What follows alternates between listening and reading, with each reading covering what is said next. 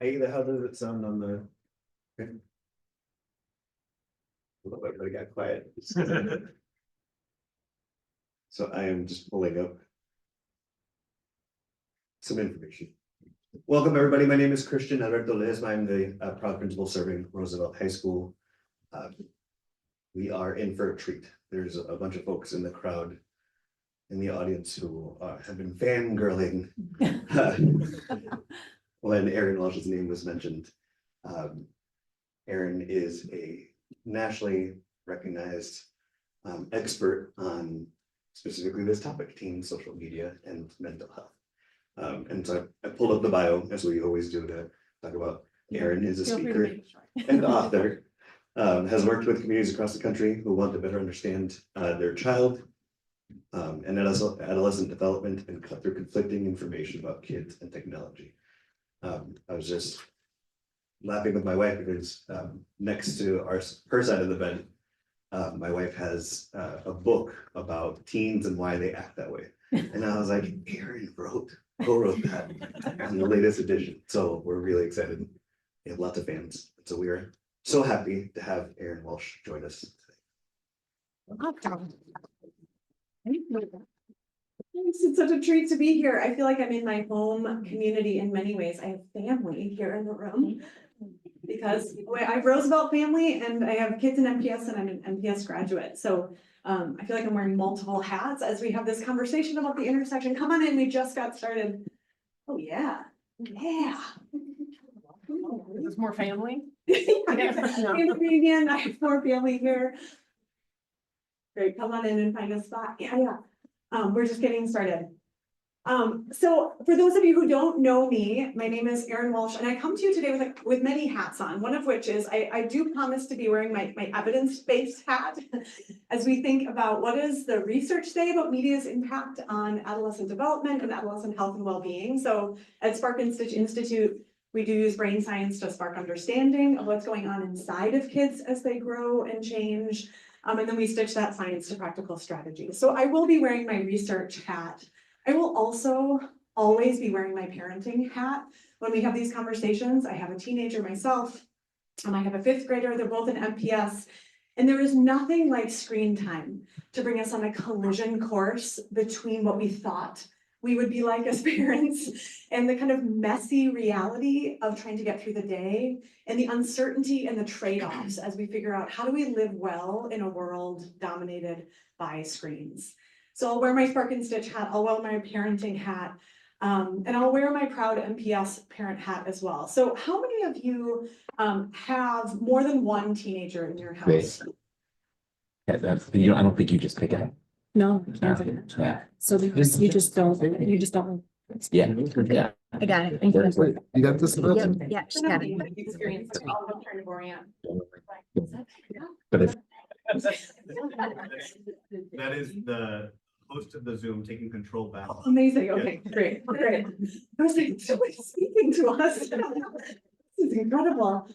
So a lot of you have more than one teenager. Obviously, you're Roosevelt parents. How many of you were teenagers at some point in your life? This is an important conversation, a question to ask, not just to be facetious, but because anytime we're talking about adolescence, especially when it comes to screen time, we have to overcome what I call adult amnesia, which is this tendency that sets in adulthood where we sort of put our hands on our hips and take a deep, dramatic sigh. And we're like, kids these days. I was never like that when I was a teenager. And to think that there's something sort of unique to every generation of adolescence. And I think as we unpack the digital landscape that our kids are growing up in, certainly it is a world apart. But one of the critical nutrients that we use for parenting in the digital age is empathy and our ability to put ourselves in young people's shoes and remember what it felt like to go on the road from childhood to adulthood in a world that is dominated by screens. So a little bit more about me.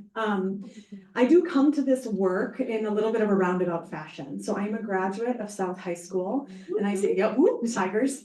I never would have imagined when I was a teenager that I would spend my life looking at media's impact on child and adolescent health and development. And that is because I got into the work when my parents started a nonprofit. And the name of their nonprofit was the National Institute on Media and the Family. And the mission of the National Institute on Media and the Family was to maximize the benefits and minimize the harms of media's impact on child and adolescent health. So I see some heads nodding. Ostensibly, you're here voluntarily tonight to have this conversation. So you're on board with the mission of my parents' life work. That sounds like a nice mission, but let me remind you that I was in high school at the time when my parents started their life work, so I was not on board with the mission of the National Institute on Media and the Family. As good teenagers do, I was tired about thinking critically about things that I saw on screens. I didn't want to have arguments about why I had to do my homework before I played video games. And as any good young person does, I said to my parents, I'm going to go chart my own path. And I marched off to the great state of Wisconsin, which is how we stick it to our Minnesotan parents in late adolescence. And of course, what happened is I started working with families. I started working with adolescents, and I started working in community. And I realized that we couldn't ask a meaningful set of questions about what kids need to thrive without starting to take into account the powerful role that screens were having on our lives. And we're going to spend most of the time situating in your sort of questions and unpacking the research. But as I think about that time, even 20 years ago, when I shuffled back over state lines in my early 20s and said something to my parents like, oh, well, you're onto something and I'd like to join you in this life work. Even then, we were really parenting in a world that looks just tremendously different from the one that young people today are growing up in. And if we just bring ourselves back for just a moment, my brother Dan is in the room and I told him I would find a way to get him in the slideshow. But if we think about the media ecology of my childhood, so media ecology is just a fancy way to talk about what kind of screens did we have, how did we store data, how did we share data. You think about what the media ecology looked like for these little kids. So here's me heading off to my first day of kindergarten at Seward. And I'm pumped. I have a brand new pink backpack. I am ready for the opportunities ahead. Dan, you already look deeply disillusioned at third grade with what's to come. But if you think about the media ecology of our childhood, it looked something like this. If you compare that to the media ecology when I started in the field, it was already a world apart. More devices, more stories, more powerfully presented than any other time in history. So arguably the greatest lifestyle change in the last generation is the sheer amount of time that we spend with screens. And of course, my kids would be quick to point out that that last image was kind of an old-timey image because it had things like DVDs and VCRs. And if we fast forward to today, and we think about sort of changes in the media landscape, we know that young people today, I'm having trouble with my clicker, so hold on a second. Young people today spend about an average of 8.5 hours a day with entertainment media. So more than they spend sleeping, more than they spend at school, more than they spend with, certainly with us, or with teachers, mentors, coaches, and guides. Just by a raise of hands, how many of you feel like that's a high number? Like it feels a little higher, you're surprised by 8.5 hours a day. Yeah, so we'll keep an eye on that. That number went up by about 17% during the pandemic. And despite returning to school and work and play face-to-face, that sort of number has remained high. And the pace of change means that it can leave us feeling breathless very, very quickly. It is the newest. Even newer. Oh, Now everything else is obsolete.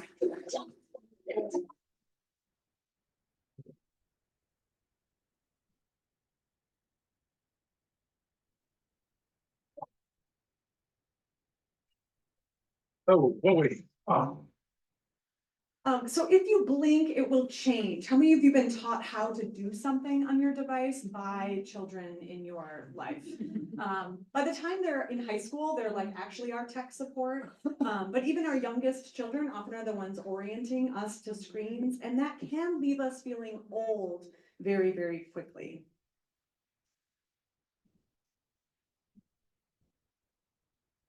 There's something funky happening with the Zoom. Hold on a Okay, second. I brought an item and I would like you to tell me what this is. Do you know what it is?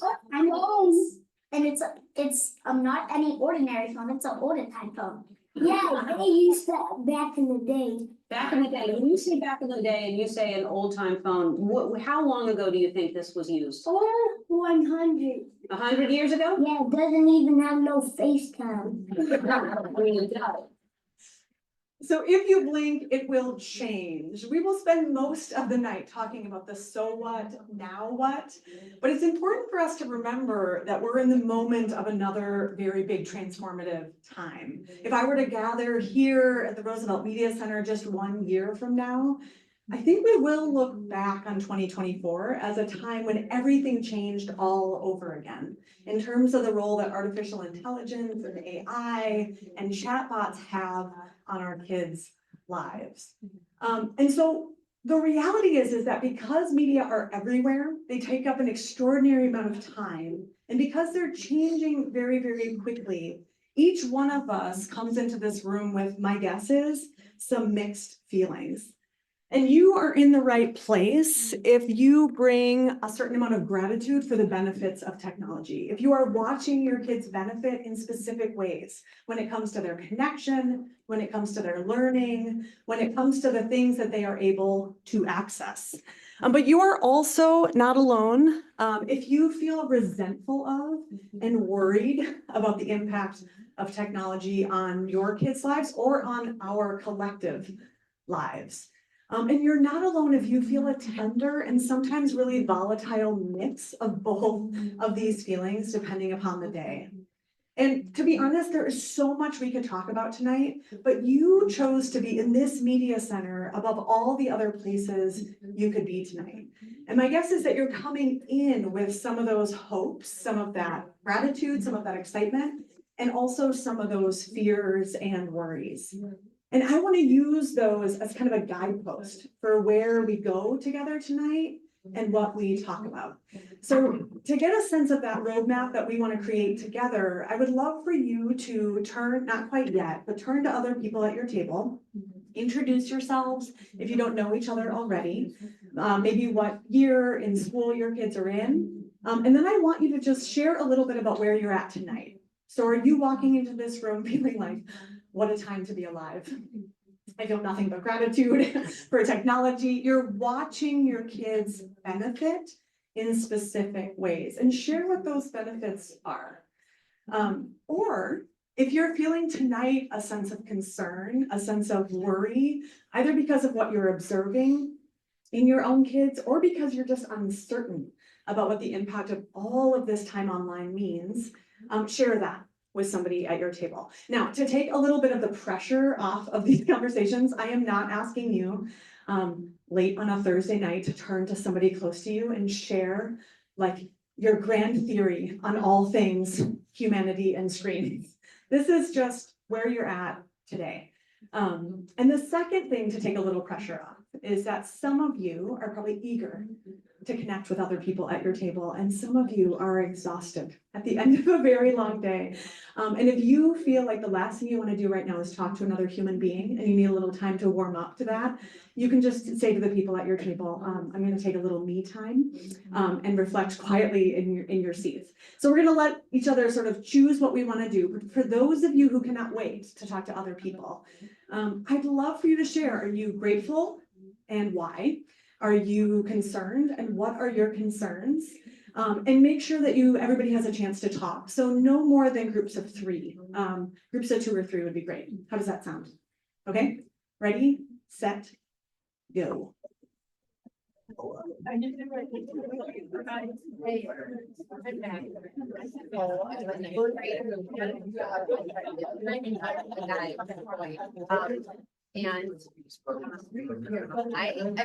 there's some real benefits of having the staff chats, like, so on the swim team, they let each other know, like, practice is canceled. Here's how we order a swimsuit, like, it's just, I see some benefits to some other dynamics of a lot. But I am really worried they just really dumb and then it's recorded for eternity and it'll backfire on like 20 years or something. They didn't know that it was a stupid thing to do. So that's kind of. I'm carrying him.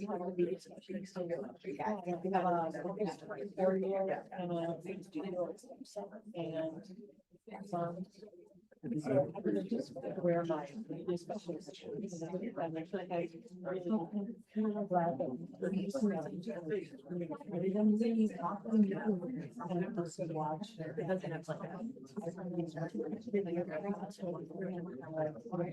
because it's like 12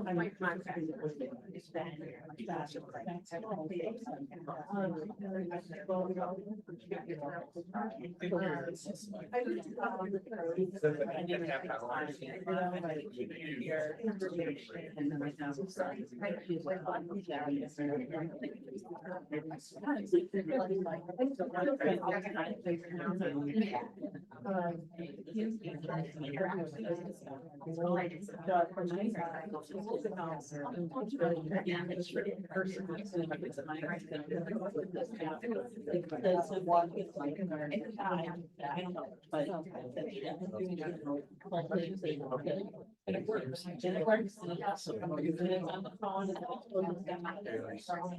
But we're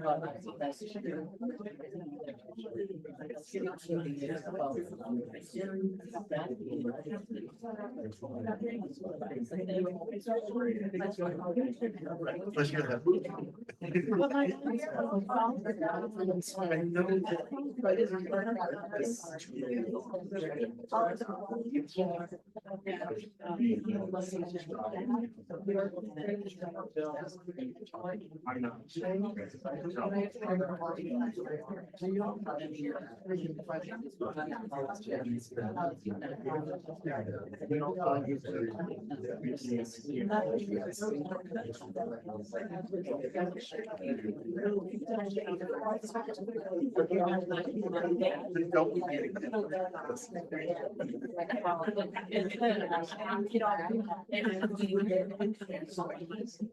Let's take another 2 minutes, make sure that everybody's had a chance to talk that wants to.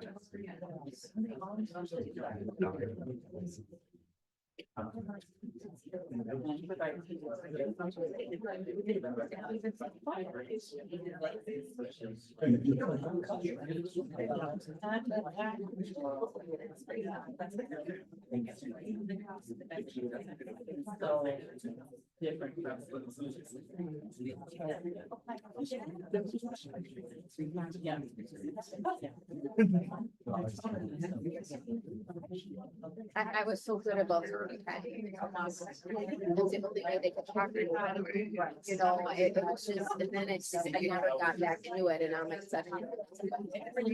Like those stupid videos. Watch it, and you can take it away, or we but it, I mean, Let's start wrapping up our conversations in the next 30 seconds or so.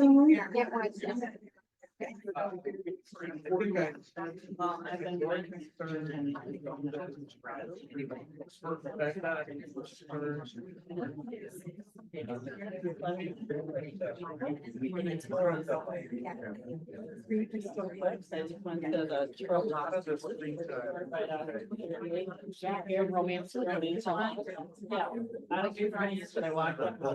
So obviously, got it working. So. Yeah. So. Are the kids reading? So they. All right, let's go ahead and come back together. We'll have more opportunities to talk at our table. So I'm wondering if anyone would be willing, and online folks can chime in too, and if anyone who else is on the Zoom can shout some of their voices out so they can be included if they chime in. Let's start. We're not gonna be able to hear from everybody. We're not here till midnight. But I do want to get a little bit into the room of anyone who turned to their neighbor and said, here's how I'm watching my kid benefit from time online with their phones, with video games. What are you seeing in terms of benefits in your family? And if you didn't hear something or say something, feel free to just share something that bubbles up right now, even just one or two. Yeah. Medical device. Yes, medical devices. Absolutely. Beautiful. What else? Yeah. Sports communications. Yeah, so communication, connection, ease, there's some logistics, right? What else? Yeah. Drawing software and iPads and the Apple Pens. Yeah, so creativity, expression. Yeah. On that line too, just that we talked about like making fun movies or like Yes. super creative things that they've done with friends and. Yeah. Yeah, beautiful. Making movies. I'll just repeat so everybody can hear. Making movies, creative activities with friends. Yeah. Interacting with their friends on Yes. video game platforms. Yeah. Yeah, interacting with friends. There's a reason, even, I know we're talking about high schoolers here, but when the American Academy of Pediatrics revised their screen time recommendations, even for our youngest kids, one of the things that they changed was, you know what, like video chatting, connecting with family and friends, really always pretty good. Babies don't really get it, but grandma really does. And that matters for the ways that we stay connected to family and friends who we might not be able to see otherwise. Yeah, yeah. Oh, I was just gonna add that she's actually smarter than me in Yeah. some capacity So because. skills, yeah, in terms of technical skill and in terms of seeking out information. Just Yeah. more access to information, knows how the world works way better than I did. Yeah, I'll repeat for folks in the back, more access to information, more sense of how the world works, right? University of California, Berkeley did a 10-year study where they observed young people and how they use technology. And one of the big insights from this decade-long study, they came up with a very technical term to describe what young people are doing. And the term was geeking out. Because young people want to learn beyond the school day. They're curious. They want to access information and resources and mentors that aren't just assigned by educators in ways that are really exciting. So connection and learning and all kinds of extra supports that we need that we might be able to access through technology. So why did I spend precious minutes in our short time together asking us to talk about some of the benefits? It's not just because it feels good to start in the happy place before we go to the darkness. It's also because it can be really easy for us to hold up an inaccurate mirror to our kids' digital lives. It's easy for us to focus on the fear, what's going wrong, on the power struggles. And what happens then is the only interactions we have with kids around tech is turn that off.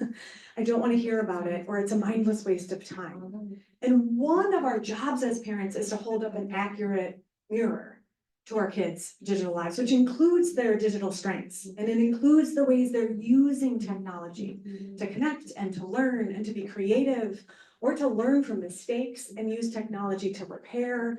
And so that, if we find ourselves in a negative rut around technologies, one of the challenges is for us to catch our kids being pretty great with digital tools and to marvel at what they are capable of. And we don't have to choose between that and concern. We don't have to choose between knowing that they can use these tools in ways that benefit them and sort of a real sense of urgency around some of the harm and some of the challenges. And my guess is, I don't want to get too far ahead of myself, but you came in out of the cold into your kids' high school media center tonight, not just because you're thrilled, with tech.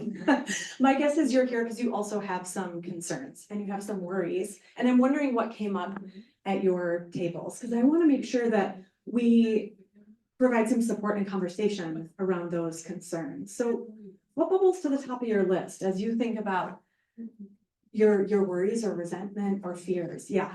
We all kind of talked about being concerned about the things that they're not doing or the things Yeah. that they could be doing Yeah. that are real in the real world. Yeah, yeah, so the sort of crowding out, so for folks in the back, even if their tech time is great, what aren't they doing, right? 8.5 hours a week is a lot of time, or 8.5 hours a day is a lot of time, so what's getting crowded out? Yeah, we'll talk a little bit about that. What else are you worried about? Yeah, There's a parent online saying, a concern about kids with autism and how to set limits. yeah. Yeah, so kids with autism and setting limits, neurodivergent kids, all of our kids were born with a different body and brain, and one of the things we'll talk about when it comes to mental health is that our kids have really different reactions to tech. And that really can shape their outcomes. So there's not always a one size fits all solution when it comes to those protective factors around tech. So we'll talk about that. Yeah. I'm really concerned about our relationship, Yeah, like, because the boundary setting is not going well. yeah, so your relationship with With your my kid, kid. yeah. The power struggles, the sort of, what is it, how does it erode in terms of the amount of conflict that we might be having? Absolutely, let's talk about that and where boundaries matter most. Yeah, I'm concerned about texting and the dialogue and conversations that go with that and how it can come across. yeah, Understanding the nuances of language in short spurts. yeah, so texting and communication and when that can go awry and when that goes well and when things get amplified really quickly or not. I was in a room once with 500 teenage boys. What could go wrong? And then we had a big line of tape down the middle of the gymnasium and a plus sign and a minus sign on either side. And we just had images of text messages that they had generated. And things like nice haircut. And then kids were just supposed to try to figure out if that was positive, negative, or neutral. And there was no agreement. Like nice haircut was either like, thank you, or like, you wanna fight me. And like everything in between. Now, to be fair, that wasn't a great activity in terms of context. We didn't have relational context for those texts.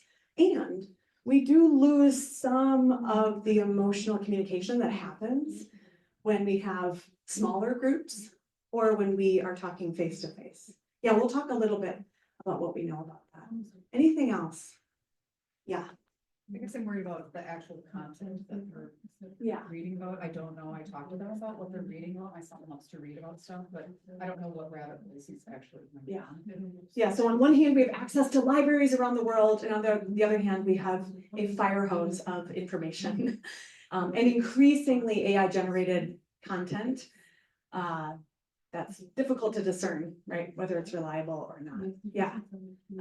One more, anything else bubbling to the top of your list? Yeah, We talked a little bit about digital tracking and digital footprint. yeah, So again, with communication, thinking about our children saying something that is adolescent kind of appropriate, but when looked at 10 years down the road, or even just like, our smart speaker recording all of my children's conversations, yeah. and where does that go? Yeah.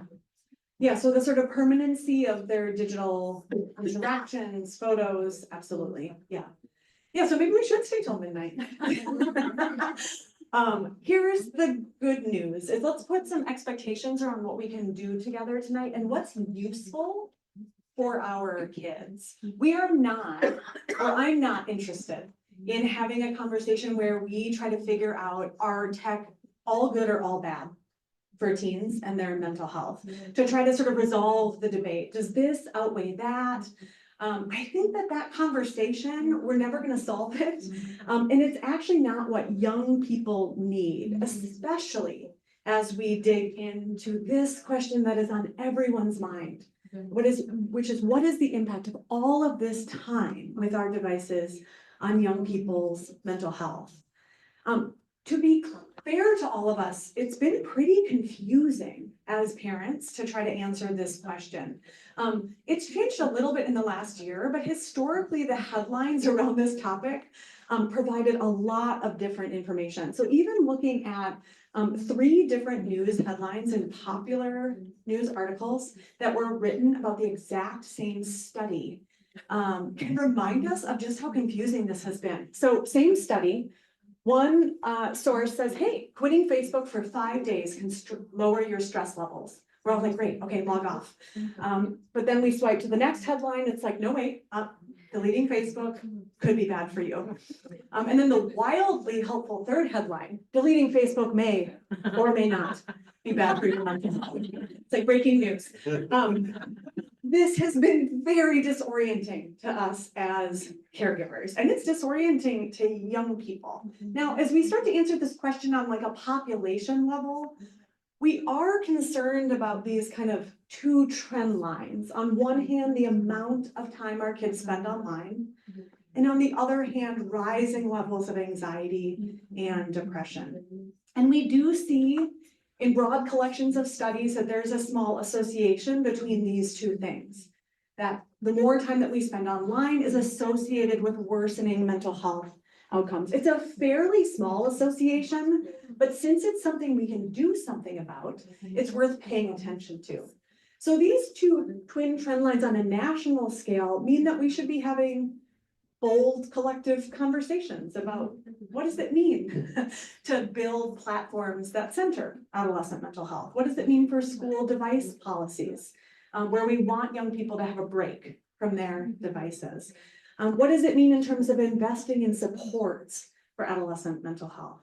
So I think that when we're looking at these big numbers, it's worth shining a light on this association. For our purposes here tonight, in this media center, as we think about what you shared about turning towards your own kid, these trend lines are a little bit less helpful because the broad association hides a ton of vulnerability or a ton of variability between different kids. So these sort of broad averages don't always do a great job of describing how my kid is going to do when they're playing video games, or how my kid's going to do when they get their first cell phone. When it comes to turning towards our own kids, it is a lot more complicated than just the sort of simple storyline that we read that says kids plus phones equals inevitable decline of all goodness. Because when we look at the data, there's a much more interesting set of questions that our kids really need us to pay attention to, which is not just do they have a device or not, is there a screen in their life or not, but how and why are they using it? What's the purpose? Is the purpose to move towards a friendship, or is the purpose to consistently avoid social interaction? Might be the same device and 2 very different outcomes. How do they feel about technology or specific platforms, and how do they respond to it? So one kid, their brain might light up like the 4th of July when they get online, and it's really hard for them to get off. Another kid can go on and off fairly easily. Same platform, different kids, different wiring, and different responses. How much and when do they use tech? We'll talk about that. And then increasingly important, and we will talk tonight about the big dopamine word, the big reward. How are the platforms designed to sort of keep us on? So these questions and how our kids would answer this tell us a lot more about whether tech are helping or whether tech might be hurting what they need to thrive. Now, this all sounds very theoretical. Let me give you a couple of concrete examples, and then let's make sense of it together as we think about how does this shift our understanding, and what does that mean for how we should be interacting with our kids around their devices, especially since they're in high school and on their way to adulthood. So let me give you a couple of examples. Let's bring it into real life. Just to reassure you, we do have data. It doesn't get a lot of press. We do have data about benefits. So we do see that tech can help young people cultivate and deepen friendships. So I go to swim practice and then I'm in a text thread with those same kids and we don't go to the same school and I can deepen those friendships.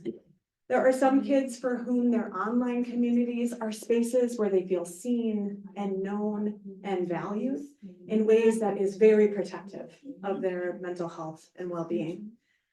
Creative expression, we see that kids who can have voice in the things that matter to them, who can create and share, right? All of the things that you said you're excited about, we do have studies that say, yes, this is actually happening.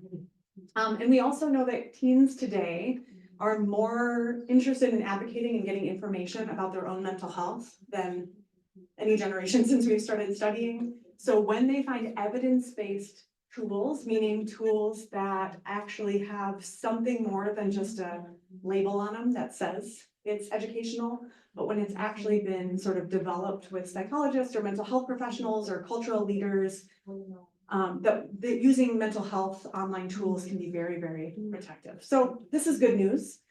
This is very different from coming home and scrolling and scrolling and scrolling.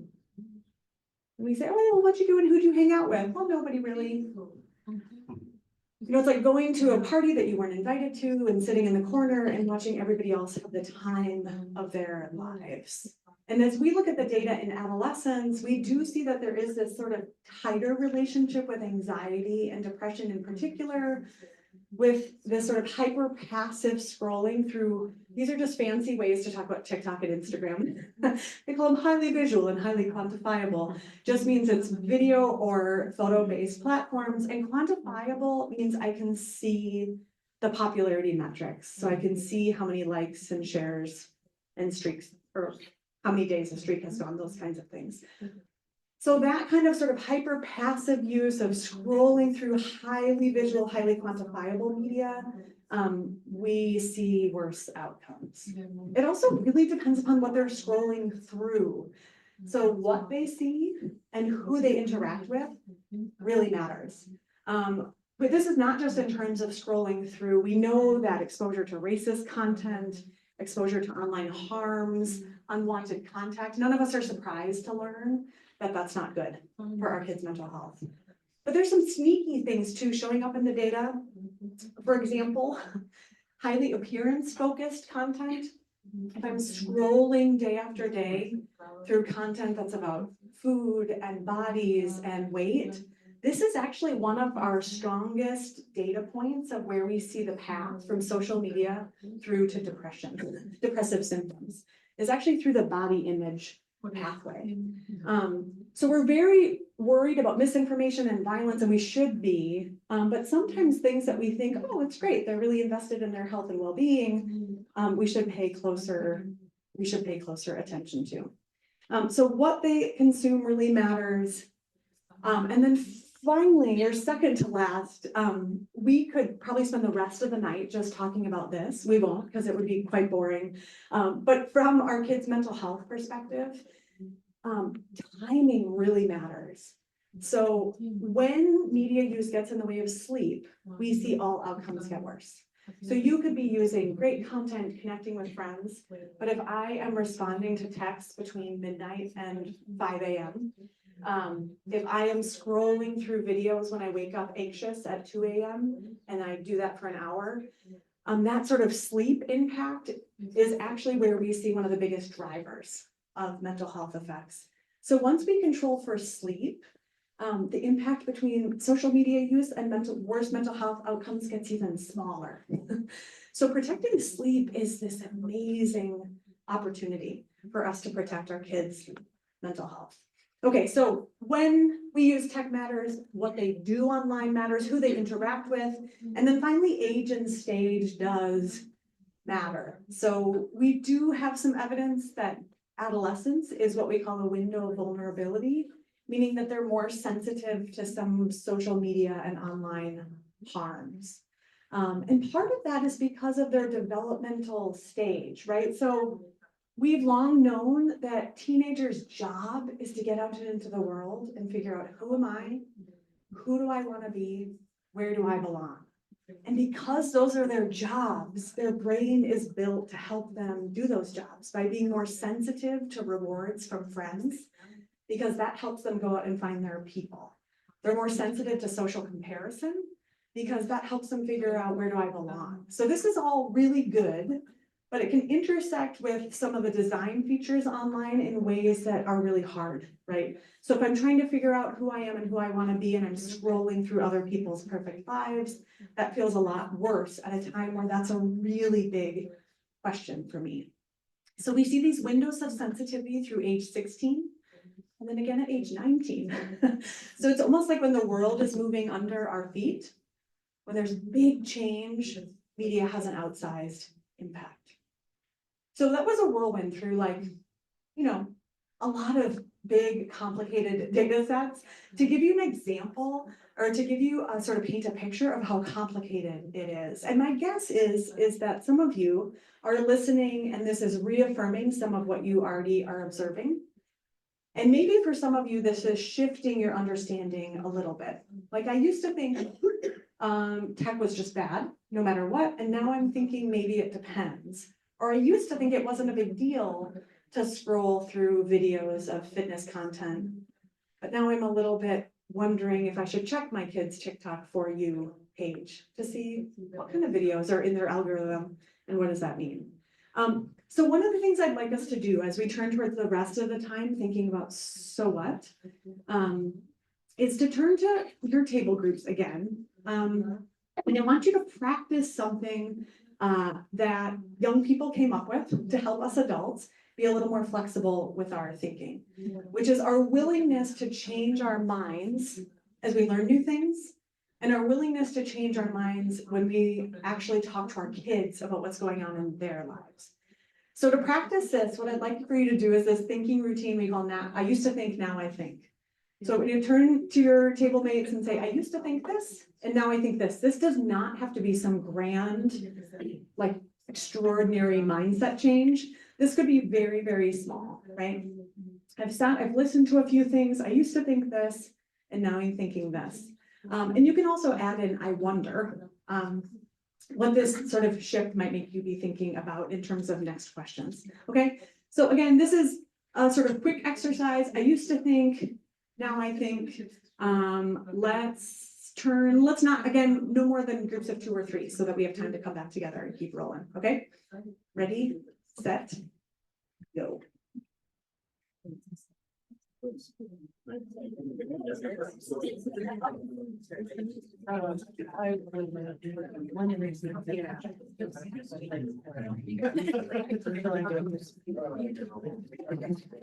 used to think that was awesome, and now I think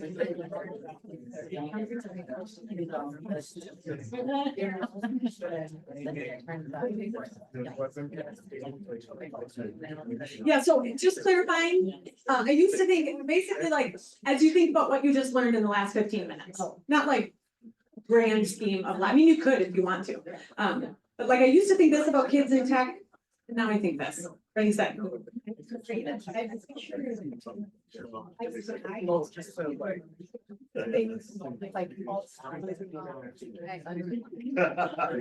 Some things are stuff. And I think if I were to like think about it now, I think I could probably.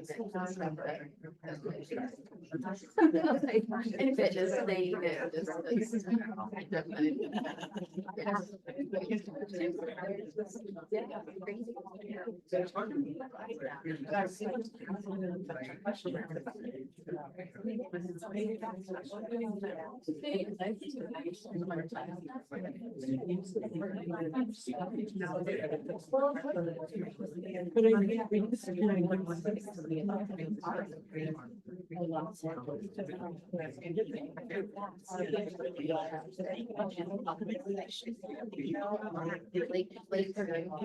I feel it's. Online was there. It was great. They got stuff done. They were uploading. They. It was just benefit of non-benefit. But for the overall, no, but for the kids that it work, my city should do that, right? If it works so well for them. So, yeah, saw that difference. I know this thing is good for them to have options. Yeah.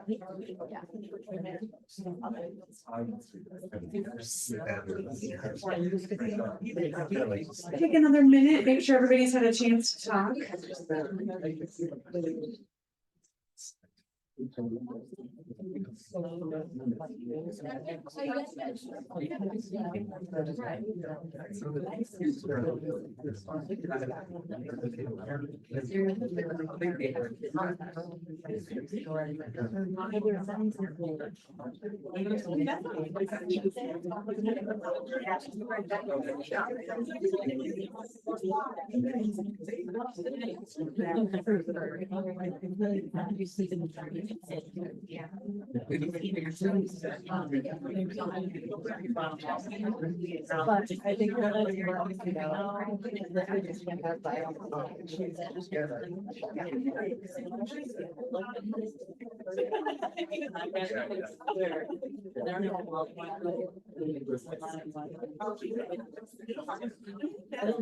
Take the next minute to wrap up your conversations.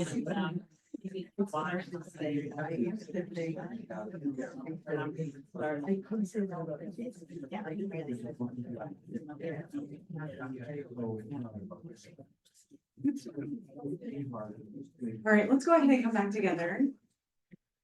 I'm wondering if we could even get one or two of you to share. And I used to think, now I think. Or an I wonder that came up, or that you heard, or that you said at your table. There's an I wonder online. Yeah. How is mental health affected when it's the parent who is on the phone? Very good. Okay, yes. We'll be talking about this in a moment when we think about the so what. So the number one predictor of adolescents' screen habits are their parents' screen habits. So we might say a bunch of things, but generally speaking, the biggest predictor, how we can sort of look at what's most likely, is what they're observing in the adults in their home. So what that means is that we might say, you know, don't scroll yourself to sleep, but if we're scrolling ourselves to sleep, or if we're using our phones all the time, they're watching that. So little kids might sort of be like, oh, this is good or bad, but adolescents start to get really smart and savvy and are like, well, if it's so bad, you seem to be doing it a lot. So it is something for us to sort of take a courageous look in the mirror, and this is not about adding screen time shame. Because one of the things we can do is just narrate why we're doing what we're doing. Because mindless media use versus I'm doing this for this purpose and modeling a purposeful use of media is great. I'm using this because this is what I want to be connecting with so-and-so, or I'm choosing this over this. So it doesn't mean that we have no screen time, but being aware of what we're doing is really, really helpful. We'll talk about that a little more. Anything else coming up before we keep rolling? Should we keep going? Okay, so what do we do? Why do we spend so much time going through the data is because the sort of complexity of it points to the strategies. Because if dose for dose, minute for minute, phones were just destroying all things that are good in the world, then it would make a little more sense to just have our job be what we call on-off regulators, where we're like, our job is to take phones out of hands. That is one of our jobs. So we'll talk about when that helps. But if that is the only role we have, where we're saying get off, get off, get off, I don't want to talk about it, I don't want to hear about it, get off. This works very well with babies. So we do have good data that only focusing on reducing screen time is protective for in early childhood. As kids get older, if that's the only kind of interaction we have around tech, we actually see risk-taking go up. Partially because one of the biggest protective factors for adolescents is adults who are willing to help them problem solve, who are willing to help them sort of think about how to start self-managing. There is room for boundaries. We'll talk about how important those are. So boundaries are a tool in our toolkit, but they can't be the only tool by adolescents. Teenagers are built to explore, to practice, and to try new things. So this sort of robs them of the playing field, but that does not mean that this helps either. And this sort of completely under-responding, handing kids a phone and saying good luck out there, tends to backfire. And often many of us do not just one or the other, where we over-respond or under-respond, but we vacillate wildly between these. So we're like, there was an online incident, and now I'm like the world's best digital parent, and I'm doing all the things, and I'm monitoring, and we're having quality conversations, and then it's like, I'm exhausted. And this is a full-time job. And these platforms were not built with my kids' mental health in mind. It's tiring, and then we sort of back off until there's another fire. So that's what I specialize in. Does anybody, am I the only one? This is sort of really in a world where we have given the job just to parents to be the sole and kids alike, but not the tech companies to sort of manage this. It's a really big job. But what we do know from a mountain of research, we could be here until, we could do a lock-in. We could be here till 5 a.m. We could talk about every platform, every new social media company, and we could talk about every level of every video game. And the really comforting thing to me with my parenting hat on is that every study tends to kick out the same, so what? Kids today need the same things that teenagers have needed since we started studying teenagers. We don't need a whole new set of ingredients. We just need to think about what it looks like in the digital age. And what we know is that kids who have adults who are connected and who ask curious questions and who are willing to change their mind, kids who have adults in their lives who are willing to teach and build skills for navigating complex digital dilemmas, and who have adults in their lives who are willing to set boundaries where they matter most. Not just arbitrary power struggles, but meaningful boundaries meant to protect mental health. But when kids have these three things, it doesn't mean it's easy. It doesn't mean it always feels like we wake up and we feel like we're doing the greatest job. But when we can step back and say we're doing these three things, kids have much better outcomes. So let's talk about them one at a time. Take your questions, take your challenges, your observations. As we think about what does this toolkit look like, it's going to look different in each of our families, but the ingredients can be the same, even if each of us is making our own recipe based on our own family values, our own culture, our own language, our own set of trade-offs. And the very first ingredient that none of the others work very well, if we let this one go, is our ability to stay connected to them as their digital worlds expand. So how many of you have a device with you here tonight? Okay, great. You can pick it up now. It'll feel nice to hold it. It's like really seriously. What I'd like for you to do is take out your device, and I want you to open the app where you feel most socially connected and supported. So the app where you feel the most supported. I was in Bemidji this fall, and somebody said, "Does the weather app count?" I was like, only in Minnesota. Is that where we feel seen? So what I'd like for you to do is if you don't feel like taking out your device because that doesn't feel great to you right now, you can just imagine it. And then I'd like you to just pick one or two of these questions to talk about briefly at your table, or again, if you are like, please stop making me talk to people. That is the third time. You can just reflect quietly by yourself. But pick one or two of these questions that hold some energy for you. Why do you go here? Do you feel like you're in control of when and how and why you use this app, or do you feel like the app is more in control of you? Have you gotten help or support here you otherwise wouldn't have received? Right? So pick one or two of these, turn to somebody close to you, share what app you opened, and answer one or two of these questions. Ready, set, go. Pretty clear.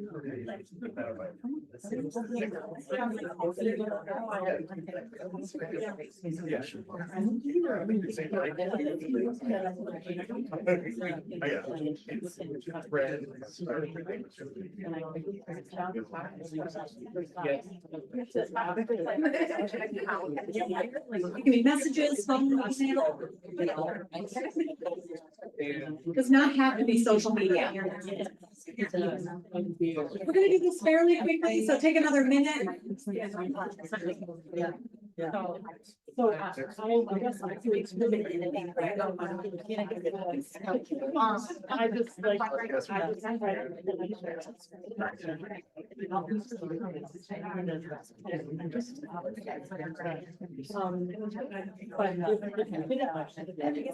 Facebook is really.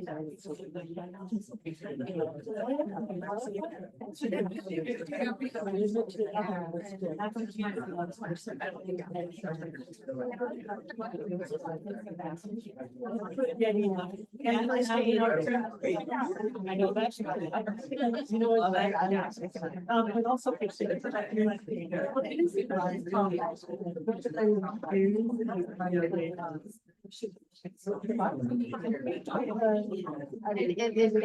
news too, because I was Facebook when my father died. Nobody says that. Think of that. She didn't have the phone or text us. We were able to figure out. Take one more minute to wrap up your conversations. So it just. I mean, it's like, oh, I could be out of it, but then I could, like, just.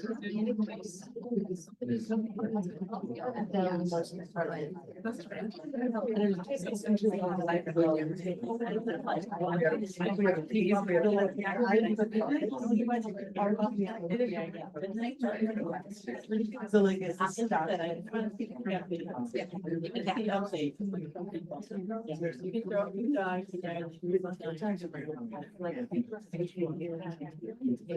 All right, let's go ahead and come back together. How many of you opened your messaging app? A lot of us. Any Instagram? Snapchat? TikTok? WhatsApp? Am I missing any? Phone? I said Spotify. Television? Yeah, Spotify? Yeah, Spotify Wrapped. What's that? Totally. I'm actually asking that more as an informal data gathering thing, because when you're all like, we're in TikTok, then I know that no adolescents are there anymore. So when we arrive, they will leave, as is appropriate. So why are we, again, these are not just like random icebreakers 2/3 of the way through our time together. These are the kinds of curious questions that evidence shows that the more open we are to asking these kinds of questions, the more likely we are to get accurate data from our own kids that help us answer those questions of, is this helping or is this hurting, right?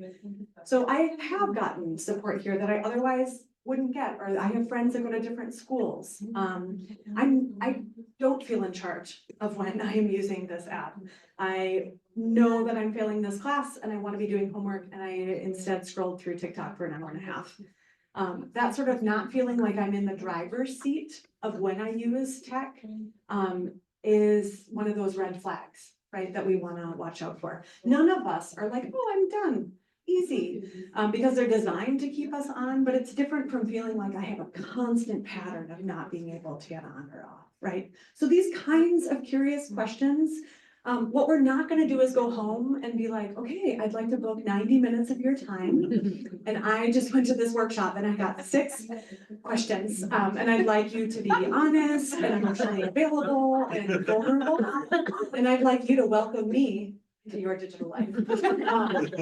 Like, that is not how this is gonna go. It's being curious enough that when we're watching a show and a theme pops up, that we're like, oh, is that something that you think about? Or what do you wish you could tell the 7th graders? Or things that we are just, while we're waiting for the bus, we're starting a conversation about, like, it's hard for me to put my phone away. Is it ever hard for you? Right? So those are the kinds of conversations that we want to have. And if you feel like you might not get good data, we can look at how researchers ask young people questions, and it's usually pretty insightful. They will tell other adults things they won't tell us sometimes. When a group of researchers just asked teenagers across the country about chatbots, for example, they said things like, "That robot makes me feel important. It listens to me." They said things like, "I use AI to help myself with making myself feel better about who I am." Understanding why and for what purpose young people are using different tools helps us figure out what kind of supports might you need. So adding questions like, what kind of questions are easier to ask a robot than an adult, are probably questions we should be asking kids in 2024.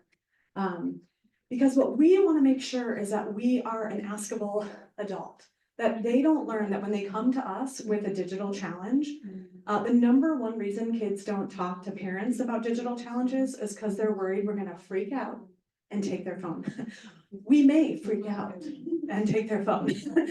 But if that's the only tool in our toolkit, it tends to send kids to the darker corners of the internet. We want them to come to us when they see things that are not okay, when they have unwanted contact, when they are repeatedly exposed to things that are not good for them or their friends.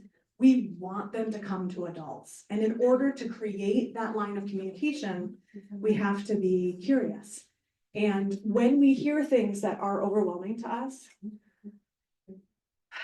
to just take a really deep, long breath and buy ourselves some time and practice questions like, what else do I need to know about this?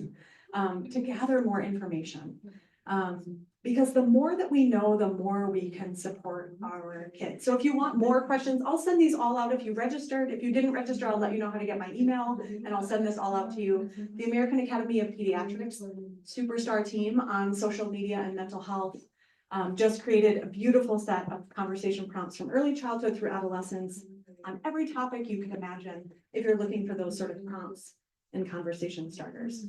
Now, some of you are thinking, oh, I asked my kid a question and they're like, yes, let me tell you. And other times we ask our kids questions and they're like, I'm good. And that's the end of the conversation. We're like, well, that didn't go well. We want to couple conversations with also observations. So they might say, I love this video game, but every time they're done with it, they are irritable and angry and raging around the house. Like that's really good information for us. They might say, yeah, I'm totally in charge of when I use this app, but I'm failing 3 classes and using TikTok until 1 a.m. every night.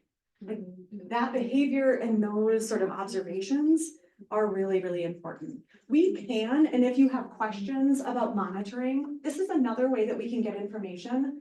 By adolescence, we don't have a shred of data that shows that monitoring alone reduces risk-taking behavior. So monitoring is a tool, but only when it's coupled with conversations. So monitoring, just thinking we can put on a parental control and walk away, it works better with little kids, but isn't super effective with older adolescents. So using monitoring as a tool, as a way to say, hey, we are doing this, we are going to be monitoring you. This is a brand new device for you, especially 9th and 10th graders. But using it as an opportunity to build skills, as opposed to what we call the catch and punish, which is I monitored, I found you did something wrong, and now I'm confiscating everything. What tends to work better, boundaries are great, we can talk about that, but is a way to sort of problem solve and build skills. So I'm going to pause for a minute and see if there are any questions that are coming up about monitoring or sort of keeping those open lines of communication going before we get into the boundaries part, which is often really challenging. So what's coming up or what questions do you have before we keep rolling? And if you don't have any, yeah. My kid keeps telling me, if you just gave me more screen time, I would get a snake it. Yeah. And I'm actually curious, I guess, to ask you, is there any validity in that? So I think when we think, so the question is, when a kid says, if you would just give me more screen time, then I wouldn't have to lie about my screen, I wouldn't have to sneak in, right? Or try to sort of fit it in. It sort of depends upon what else is happening, so let's revisit this when we get to the sort of boundaries and buckets, which we're about to get to. Because, time, it depends on how we're setting boundaries. Time is useful in the extremes. 9 hours of screen time, not gonna yield great outcomes, mostly because it's crowding out other things kids need. 0 hours of screen time also has a dip in mental health and well-being for teenagers. That's nothing to do with screens and everything to do with social connection, right? If I have 0 screen time, I'm probably not connecting with my peers. It's in the messy middle where things get a little more fuzzy in adolescence. We don't have some magic number that says this is where outcomes are good and this is where they're bad, except in the extremes. So what we want to look for boundaries is, are we protecting the spaces for mental health? And we'll talk about those in a moment. In and around that, we might be more flexible, as long as we are really clear on sleep and study time, respecting the school phone policy, like having these digital breaks broken in, but then around that, we might be a little more collaborative. So when we get to those spaces, let's check in about how that might feel. What other questions? Yeah. I guess, how do we limit our level of control or level of how we set boundaries? Yeah. So like, I work in tech, I'm an IT analyst, and I have a 14-year-old daughter. Yeah. Who's gets sometimes annoyed at how much I understand technology. You're like, I built the thing. Yeah. So say your question again. Oh, so my question is, how can we, as parents, learn like the level of boundary we set, the level of control that we set? Yeah. Let's just, Erin, you wanna talk about that? let's do it. Let's get to the hard part. You're like, great communication, fine. This is the real hard part, right? So we communicate, the skill building part is important in between here, right? So we have sort of connection, coaching, or skill building. What I mean by that is that when kids are saying to us, what we hear from young people across the country is, I wish adults would understand that it's not as simple as just turning off my phone. That like a lot of the things that are happening online are mirrored and magnified from offline contexts. So I'm still gonna be seeing those kids in the hallway tomorrow. And I need some help figuring out how to navigate this conflict. So I might damp the fire down by putting my phone away, but I need adults to understand that some of these things are complicated. So if I say to my kid, you can't have your phone in your room overnight, great. But then that kid's friend is saying to them, I'm in a mental health crisis. You're the only one I can talk to about this. And please, can I text you overnight tonight? Like, that's a big conflict for a kid to try to hold on their own. And if all we see is that they want their phone in their room, but we haven't figured out how do we help them think about some of those social support burdens, which are showing up big time in the data, that young people are supporting each other a lot and asking them to stay connected. And yet we're trying to get them off. So how do we help them problem solve that? Right. So that kind of skill building becomes important, but that doesn't mean that there isn't room for boundaries. And these are hard to set. They are hard to set when you're 16, and they are harder to set sometimes for adults. 50% of teens say that their parents don't listen to them because they're on their phones. And not just like once or twice, like that's just part of life, but like as a consistent pattern. So a couple bits of science, and then let's talk about what that means for boundaries. Here is why one of the reasons it's really hard for us to unplug. So you may notice that maybe you have a hard time focusing on some tasks, or your teenager has a hard time focusing on some tasks, but then can come home and play video games for like 3 straight hours. And you're like, incredible focus.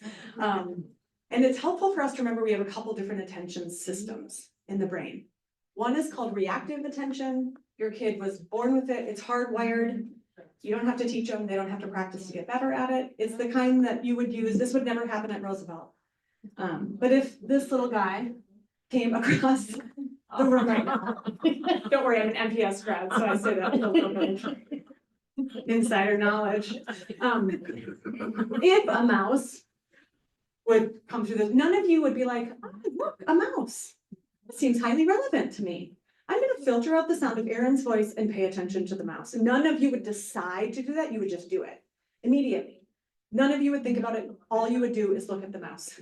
This is good, this is why we human beings have survived for as long as we have. It's hardwired, it's important to our survival, and we look at things that come into our field of vision, things that move, abrupt changes and loud noises are sure to get our attention.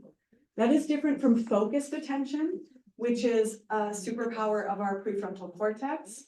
It is practiced and strengthened over time. Depending on our kid's brain, might be more or less effort to focus our attention, but it's when we decide to pay attention to something based on our goals. My goal might be maintaining a friendship. So I might decide to attend to my friend's face instead of responding to the buzz of my phone in my pocket. My goal might be graduating high school. And so I'm trying to filter out the distractions in order to read a dense passage of literature, right? This is harder for our brain, and we are increasingly in a world that is constantly giving hooks for our reactive attention and makes it a lot harder to practice focused attention. So as I am doing my homework, all of a sudden, ding, right, it's like Beyonce dropped a new track. I am hardwired to look at a notification that comes into my field of vision. Yeah. It's like somebody tapping you on the shoulder. Yeah, immediately, it's like the brain equivalent of somebody being like, hey, look over here, right? Now, if we just had this to battle with, we would have a chance. Because our reactive attention would look up, be like, oh, Jerry of the day. Wonder what that is. But then I would come back to my goal. But as soon as my brain gets pulled to this, then a very powerful circuit sets in, which is called our seeking circuits. Our seeking circuits reward us for seeking out new information. So if I'm seeking out something that I really like, so we've known, for example, let's say I like ice cream, I lick my ice cream cone and my brain is like, oh, good, that's nice, and gives me a little reward.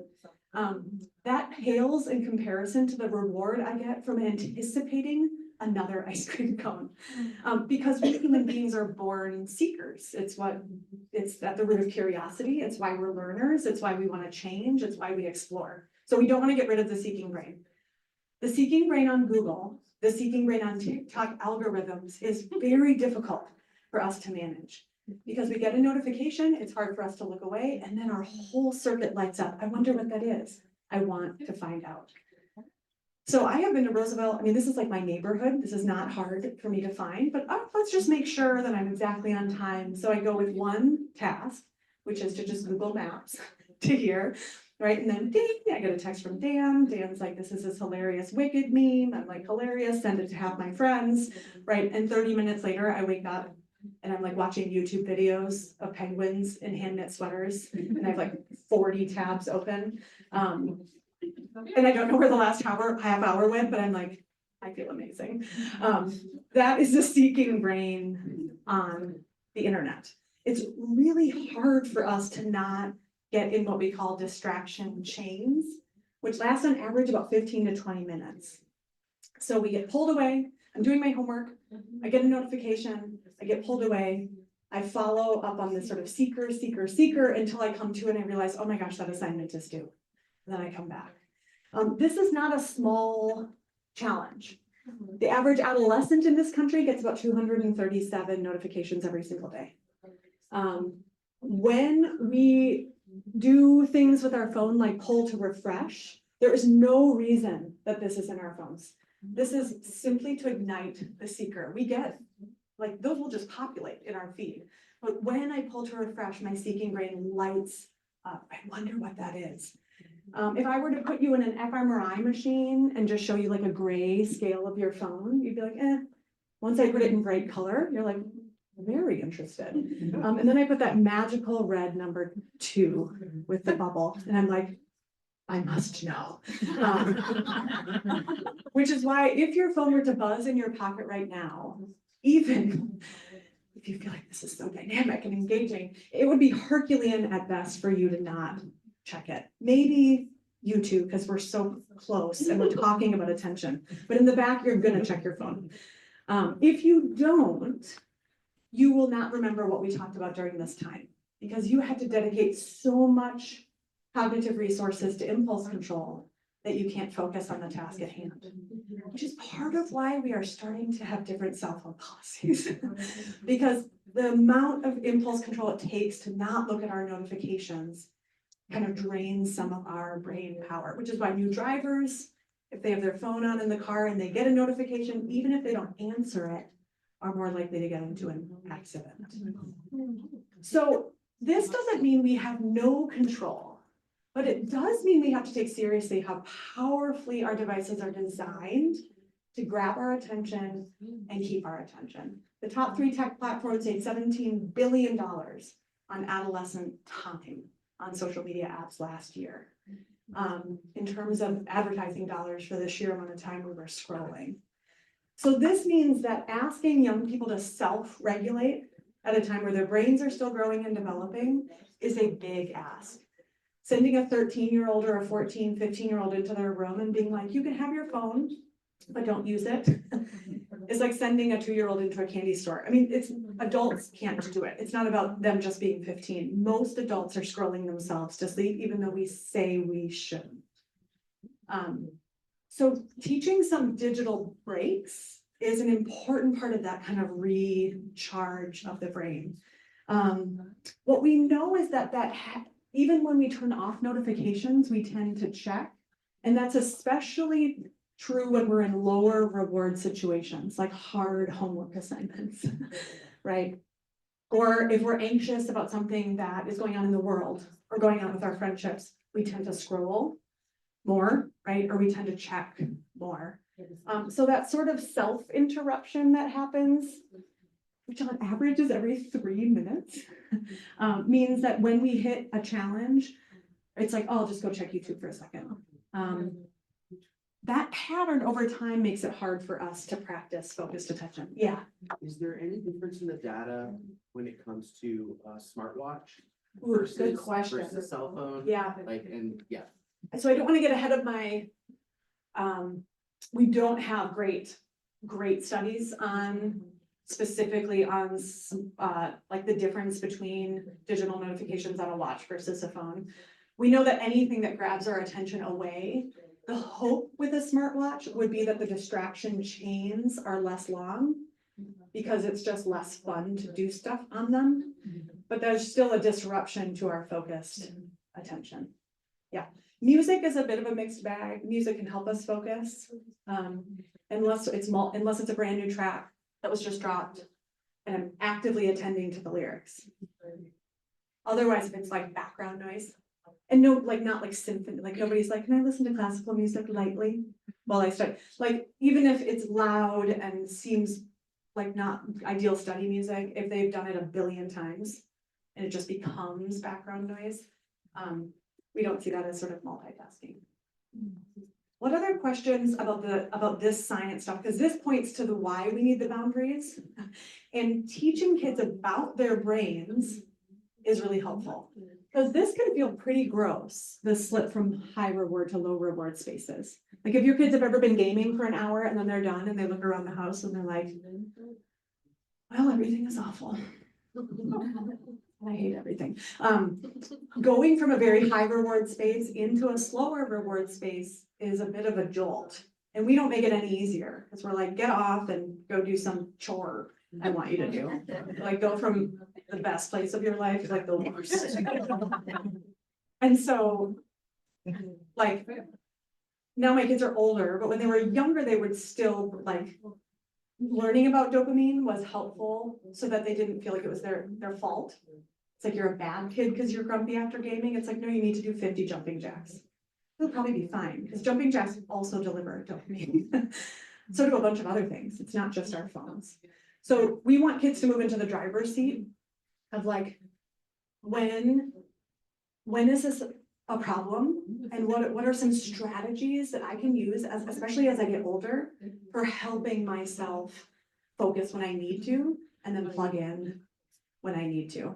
What this means though, is that we do need to think about what some of those strategies could be. So turning off notifications is a big one.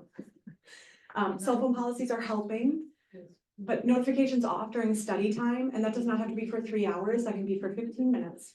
And then take a brain break, take a body break. But practicing focused attention, turning our phones to grayscale works in a lab. 0% of people want to do it in real life. Like every person who does this study is like, I will never do that again. Who did that? But old school things like baskets, like alarm clocks, these are helpful tools for all of us. This is not, many adolescents are like, I'm doing fine, talk to my parents. So we're all trying to figure this out. Being self-aware. So we think of monitoring as something adults do, but having young people look at like, oh, I thought I was on YouTube for an hour today, but it turns out I picked up my phone 275 times and I was on for 3.5 hours. Like that's helpful information. That's helpful information for me. Self-reflection is good, but let's take the rest of the time for questions because these are where the boundaries matter most. So Maddie, if we're thinking about like, where are we gonna spend our relationship capital? There's 2 ways we can think about this. One is, I would rather have a kid with more screen time, but they connect with their family in some way every day. I don't care where it is. This is a dinner table. People always talk about family dinners. It's not always the place for some families. Sometimes it's on the bus on the way somewhere. Sometimes it's between shifts. Wherever it is, there is a time in the day where you say, you do not have to compete over the roar of the internet for my attention. You are more important than my device. And that time is consistent and predictable. As much as we can, right? So there's some time where they're connecting with us, they are sleeping. We are protecting sleep. We're spending relationship capital around protecting bedtime and sleep. Movement, whatever that looks like, moving our bodies, and then study time. Like these 4 spaces, if you have a kid who has more screen time, but they have these 4 spaces protected, they're way more likely to have better outcomes than a kid who has less screen time, but it's getting in the way of sleeping. They don't have notifications off during studying, and they don't have face-to-face time with family or friends, right? You can also think of it as filling buckets and crowding out screen time. So it's like, do I have these 4 buckets filled? Then I'm probably doing pretty well. And then we might have a little more screen time in and around that. So it's less about tracking minutes, but more like, okay, are we connecting? Does my kid have some sense of purpose at school or in community? Are they recharging their brain? Like we're crowding the screens out instead of just constantly ripping it out of their hands. So what's coming up for you about what works, what doesn't work, what your questions are, where the rubber hits the road? Yeah. I still struggle with the red bucket because connection is also Snapchat. Yes. Yeah. Yeah. So here's what face-to-face time is protective. So that does not mean that online connections aren't real. So I think it's about thinking about, is there a mix, like, is there a variety of connections? So if they start to avoid face-to-face connection and it's only online, we're likely to see some missing out on important sort of relational skills. But it doesn't mean that we should say online connections aren't real. Like we definitely see that that is helpful. But having some, whether it's in sports, whether, you know, where are the places, tech, drama, student, like where are the places where they have face-to-face time with their peers? And we adults need to do this. It's not just about teens. But for example, gamers who know more than 50% of the people in their gaming world have better outcomes than gamers who game alone. So even online friendships and online gaming friendships are protective versus I'm just in here kind of doing my own thing and I'm not having any feedback loops with other humans. Yeah. So you're talking about like some people are wired to like be able to put the phone down or the device down more easily, and some people it's really, really hard. So for people, it's really hard, like doing practical things, like Yeah. given that it's part of life, Yeah. to like help. Yeah. Make that. Yeah, so for kids for whom it's really like a good fit for their brain, like they're like, there's kind of no natural end to my insatiable desire for this. Now, some of that is like adolescents want to connect with their peers, and so there's gonna be probably a lot of our kids want to be online more, but not all. So what we know, and everybody's kids are different, is that some kids need a lot more structure and more predictability in order to sort of set up that sort of like, when am I gonna get more, when am I gonna get it again? So some of the things that we would hope to maybe more relax by late high school, some kids really need still like, nope, we only do gaming before this. And then after this, what's our post-gaming routine? And then we're gonna, so that sort of predictability and having very clear like family media agreements can be a really useful thing for kids who need a lot more structure. If you want a practical, we have family media agreements at Spark and Stitch that are really, the ones from the American Academy of Pediatrics are like great, but they're very long. Ours are like 4 questions and they're meant to just be accessible, reusable. There's also, I want this to be valuable for you. So there's a few questions about how this session was. Feel free to give me feedback, but then you can get our family media agreement in your hands tonight, as well as other resources. But for those kinds of kids sitting down and doing a sort of like, okay, what's not working, what's working, and what are the things that matter most to us, and doing our best to keep those sort of consistent, teaching them about their brains and teaching them coping strategies. So if I'm a kid for whom I'm so into gaming that when it's done, I'm screaming and throwing things, we want predictability around, okay, we're only gonna game for an hour, but we also then wanna talk about what do we do with that rage? That rage is probably gonna show up, because remember, your brain loves video games. But we also know that your brain wants, you wanna be with your friends and you wanna sleep and we're gonna eat and we're gonna take care of our bodies and all the other things we need to do. So building some skills around what can we do with those feelings, because they're gonna need those for whatever their next step is when they're self-managing screen time. I did just do I have a podcast and today's was on kids with autism and online stuff, so I can send you that episode, as well as some tips for kids with ADHD and screen time. What's your podcast name? It's called Connected and Courageous. And I can send, if anybody wants all the follow-up stuff, the practical stuff, I can send it your way. We probably have time for 1 or 2 more questions. What else is coming up? Yeah. It sounds like we've been kind of lumping a lot of media into one bucket. Yeah. But I'm kind of trying to parse out, the connection side, like phone calls, Yep. texts and stuff, the gaming side. Yep.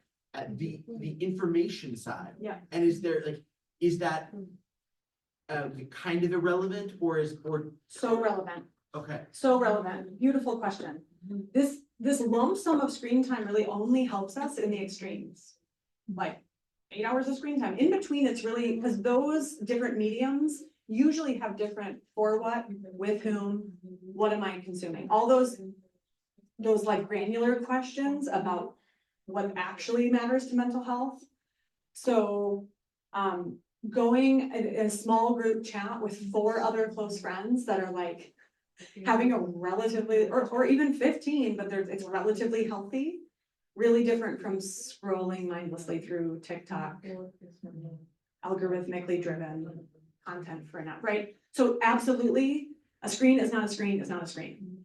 And we see that. That's why this time thing at this age really is tricky. Like, we can't walk around and be like, okay, that's good screen time, that's bad, it's really thinking about for what, is it crowding these things out or not? So we are about towards our close. And I think one of the things that we know from the data is that some young people, there are a few of them in this room, do give us the kind of feedback loops where maybe we have a conversation and they turn to us and they're like, you're doing a great job. Way to go, Mom. Oftentimes it's more common for us to feel like, is this working? Like, does the conversation I'm having with them about racial stereotypes in these videos matter? Does the conversation I'm having about dopamine and rewards, are they listening? They probably aren't gonna turn to us and be like, thank you so much. Especially for the digital curfew at night, like, just feel rejuvenated and thank you. This can feel messy. And the reality is that when we hear from young people, are things like, that robot makes me feel important. It listens to me. And as kids get older, they need less and less. They do need those core consistent boundaries. But they also are asking adults to have their backs rather than just looking over their shoulders. And the reward for the work of connection and coaching and setting meaningful boundaries where it matters most is sometimes not apparent in the day-to-day. It's the 25-year-old who codes like the most incredible new app that actually centers adolescent mental health and well-being instead of making money for advertisers. Or it's the 25-year-old who knows when to send a perfectly timed text and when to put their phone away and turn towards a friend and have a difficult but important conversation. Those are not skills we learn overnight.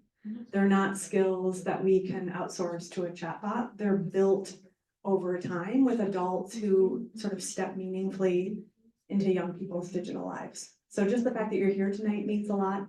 And while you might wait until your kid's 25 to thank you for the digital curfew or the curious questions, I want to thank you so much for your time, for your attention, and for your commitment to your kids. So I'll stick around for a little bit.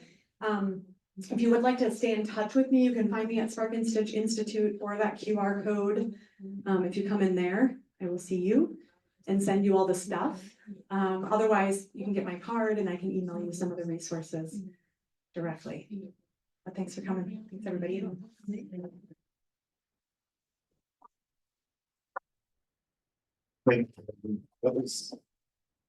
So my wife and I have a 14-year-old and we learned a lot. And then I remember looking at my wife a second ago going like, hey, we're doing okay. And then she's like, but we have a third child who is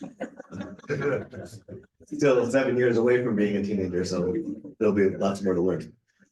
This tonight kicks off what potentially could be a parent workshop series. And so thank you, Erin, for being the first. You didn't know this, but we're gonna try to keep this going, keep the parent connection series learn and parent connection. We haven't come up with a title.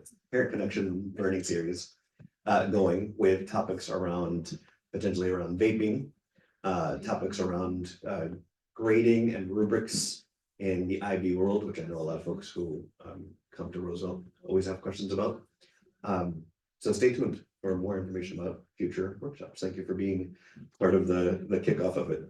A reminder that tomorrow in about 12 hours, we're going to do Cafe con Christian virtually. That is a connection time where we get to talk about what's happening in the school and ask informal questions. So you grab your coffee and tea, you go to the Google Meet link that is on the website or in your email, and then we just hang out for an hour. It's 8:30 tomorrow morning. And then every year we have a group of parents or parent who will say, hey, do you have a PTO? And the answer is we don't. We haven't had one for over a decade for many different reasons. And this year we have a parent who's really taking initiative and really holding on to it. So Nicole, I'm putting you on the spot. I know you weren't ready for that. No, I'm glad you did. If you're interested, please talk to me. We can maybe figure out a way. I'll be honest, I really want us to have a strong advocacy with upcoming budget cuts. I want us to be prepared to advocate for our school. Other high schools have a group to do that. So that's what I'm thinking we need, but if you guys have other ideas, please let me know. And there is a multi-pronged approach that we have to take with it. As you know, many districts around Minnesota, around the nation are struggling with budgets. And we just learned that the state of Minnesota has about $600 million in surplus.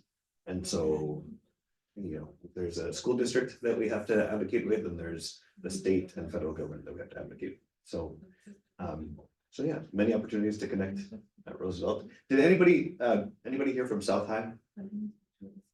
Go Tigers. We invited our South High neighbors. I just don't know if it. We go to South High. Sorry, no. Parent at South High. We invited our South High neighbors to participate, and I don't know if they got the message, so we're gonna work on that because they can be part of it. They were here? Yeah. Okay, cool. All right, that is all we have. Thank you again, Erin, for.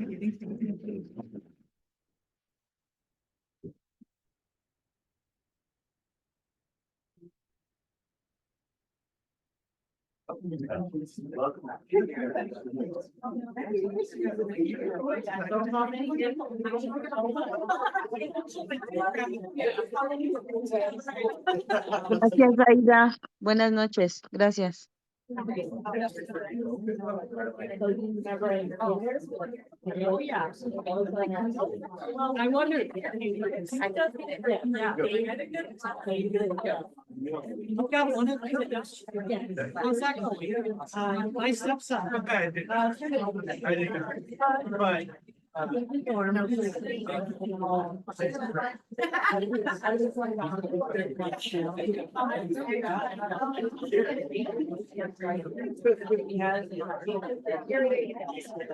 Oh, that's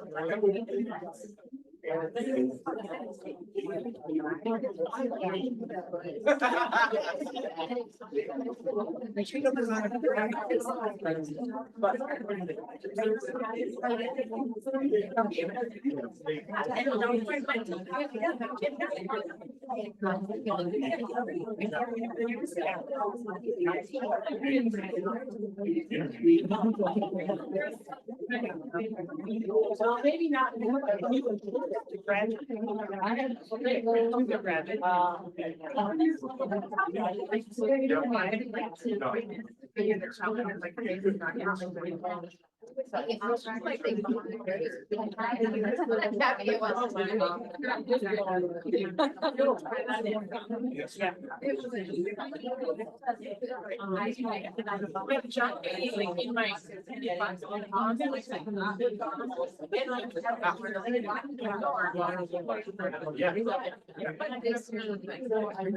Thanks for. Yeah, they are getting the child flag, so we're going to be home. Yeah.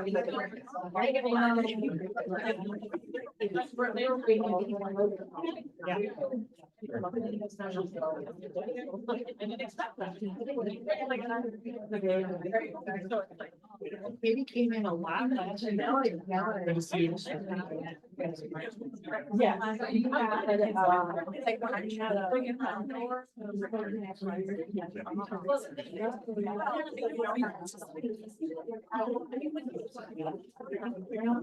Yeah.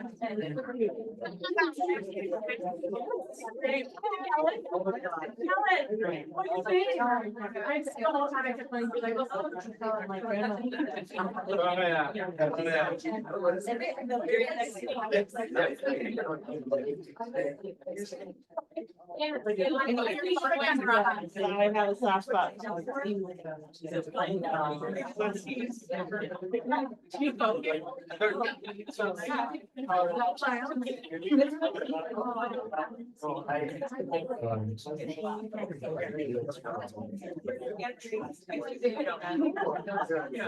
For second, yeah, but like. I think they weren't sure what they think, but they're like,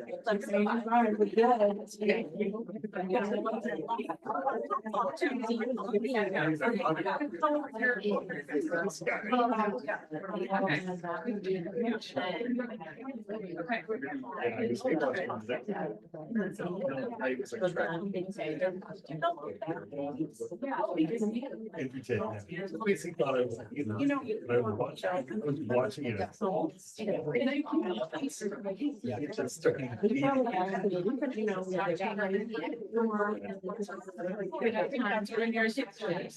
Right. Yeah.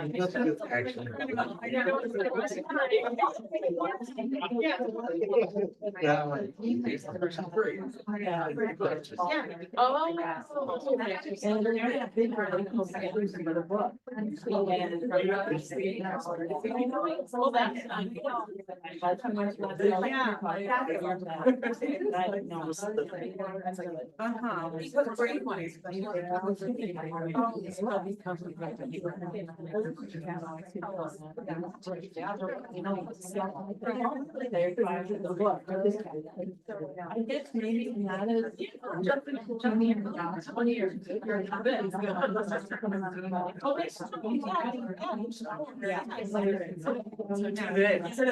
I'm assuming it's a high five. I know.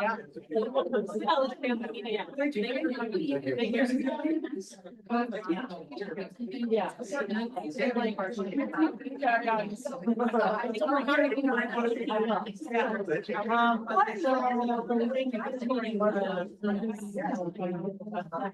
Yeah. In the family, so if you send me an email tonight.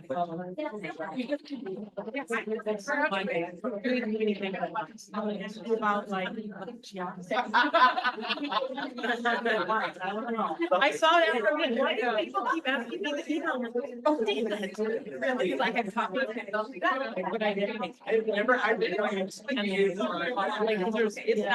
It's not just like one thing, so I have to like do multiple things to make this all happen, so.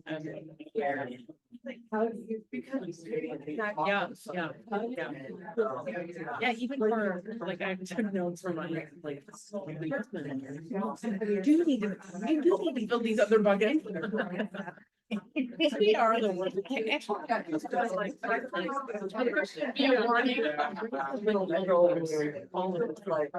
And that was the thing.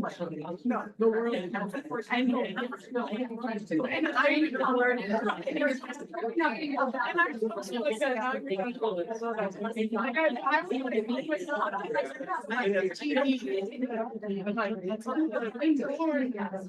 I mean, we don't have that.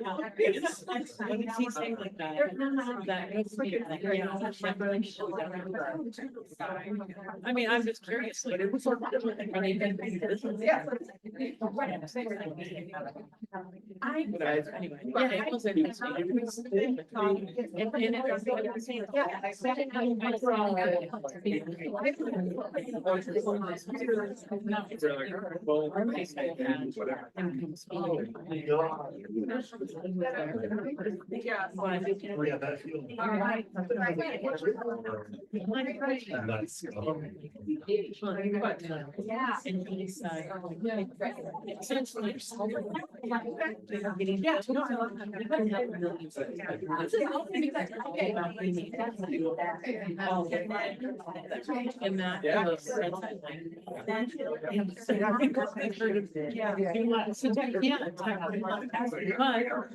And so it's like it's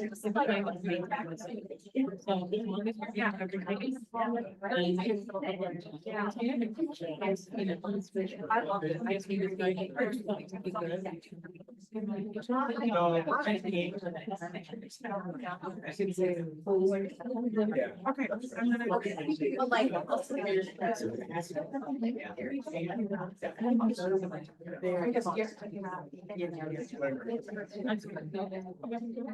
Thanks for coming. Yeah, okay, yeah. Okay, yeah. If you do it tonight, I'll be here till 7:30. So make sure. I probably won't look at my computer tonight. So. In the morning. Okay. Or if you think about it now, so then it's off your list, then it becomes fine. No, it's in my pocket. I'm not thinking about. Okay. Okay, good to see you. Yeah. Oh, yeah. Yeah. 6:30. Yeah.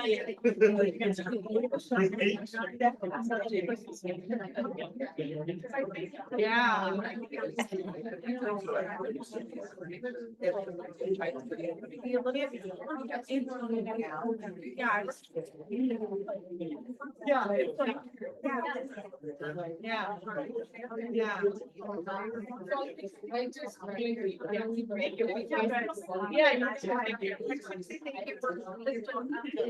I love especially, because I've been thinking about, I don't think it's all bad, and every time something happens, my mom's like.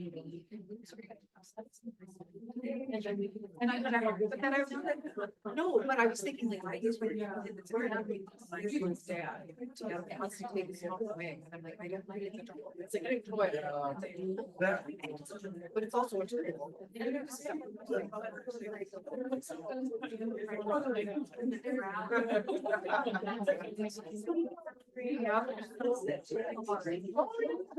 Yes. Yeah, what he's saying, I don't like it.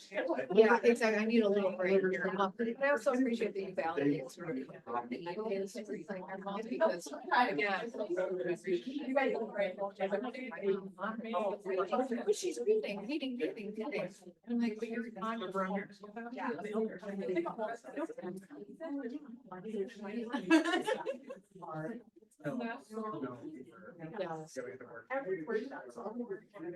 Well, right. We're all figure out how to figure there. I could do it, guess what? My first when I was a teenager and I hated everything and I never told them. I said, no. It was bad. My kids are not doing that. Just remember, yeah. Yeah. Sam.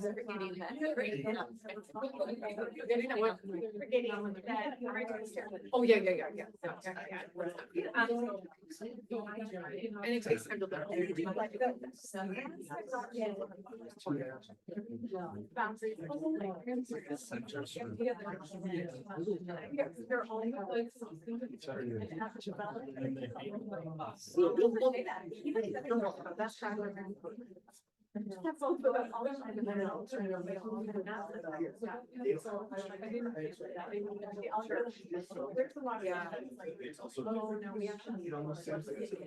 Oh, yeah.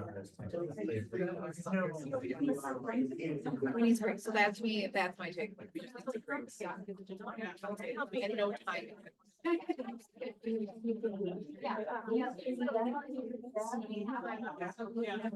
No, I didn't. So we have emailed you.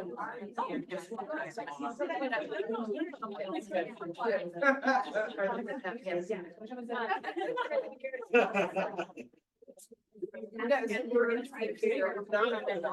So just said heads up about that. What we needed to know was exactly what, like, would it be like an immediate space where? Yeah. Here's the,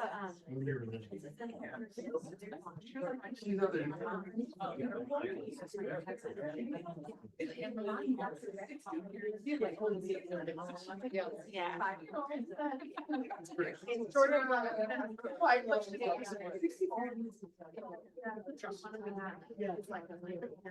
Oh, yeah. right. Yeah. Like that's.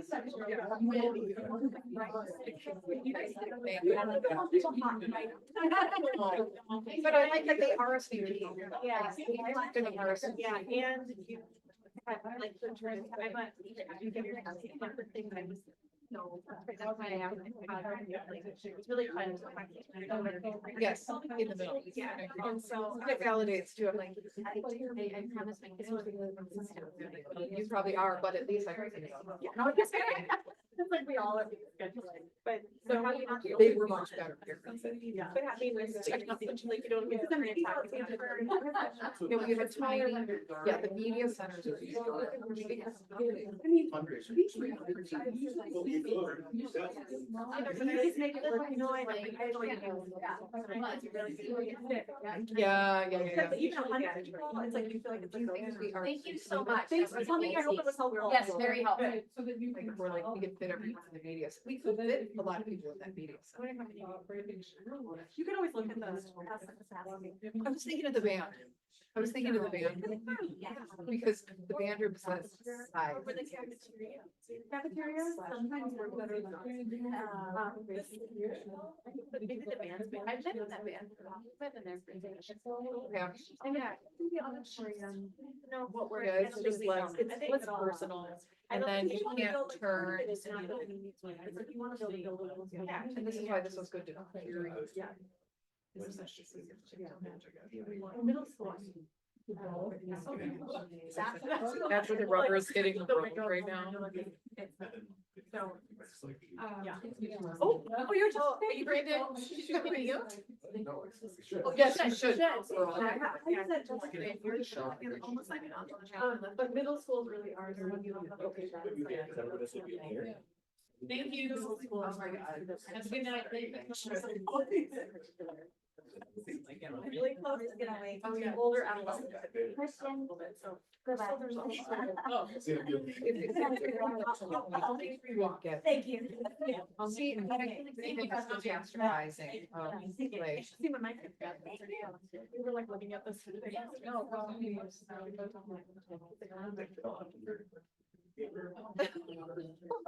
My daughter's. We talked about like when you first get it, it's gonna be like a piece of candy. Yeah. We're gonna watch. We're gonna watch that come down. But it can be so like early, like those. Yeah. And some kids, I mean. Well, that's what I'm worried about. Handing a phone. So time gets away. Yeah, I mean, we are living. We're talking about it, and so I think maybe focusing on having those conversations Yeah. too, like what's on there. I gotta go. Okay. But yeah, we'll be touching. Okay. Okay. So I'm gonna talk to Son about what he's seeing Yes. online. Yes. And he thinks some of it's funny, and I'm like, yeah, but it's. You're like, but we're gonna talk about it. Yeah, we're. I'm not trying to interrupt. But you've had a long day. Feel her, I can feel Erin. Thank you for your presentation, that was really Oh, great. I hope, I was like. We were talking a little fast, but I did, I was like, okay. I was can still- impressed. When you were Right. face to face, God, and I'm like, wow, she's really keeping up. I was like, oh gosh, a couple times I was like, dang it, I did it again. No, but it was good. It was a very good conversation, very timely and very important. Well, nice to Thanks meet for- you. Thanks so much for the interpretation. Thanks for coming and doing this. Yeah, we should have, you know what I should have done is had that secret code between us. Slow down. Erin, slow. I get excited. But it was great. A lot of good interaction. Yeah. Good information. Good. The resources are great, so thanks for doing that. Well, thanks for coming. Okay, so 9 years ago, when you have been working with your dad, so then I did see you, Where were we? Where was it? He was at. Oh, yeah, for and- sure. Yeah. And I remember, Yeah. I remember vividly asking, 'cause my daughter had a phone where you turned it and the computer went like here, and Yeah. he was like, super fast. Yeah. Can't remember what they were called. And I remember asking about how many he texted so much with friends. Just mind-boggling. Yes, and how fast and whatever. Group threat, you're like. Oh, totally. Yes. Yeah. Yes. What? But I remember very vividly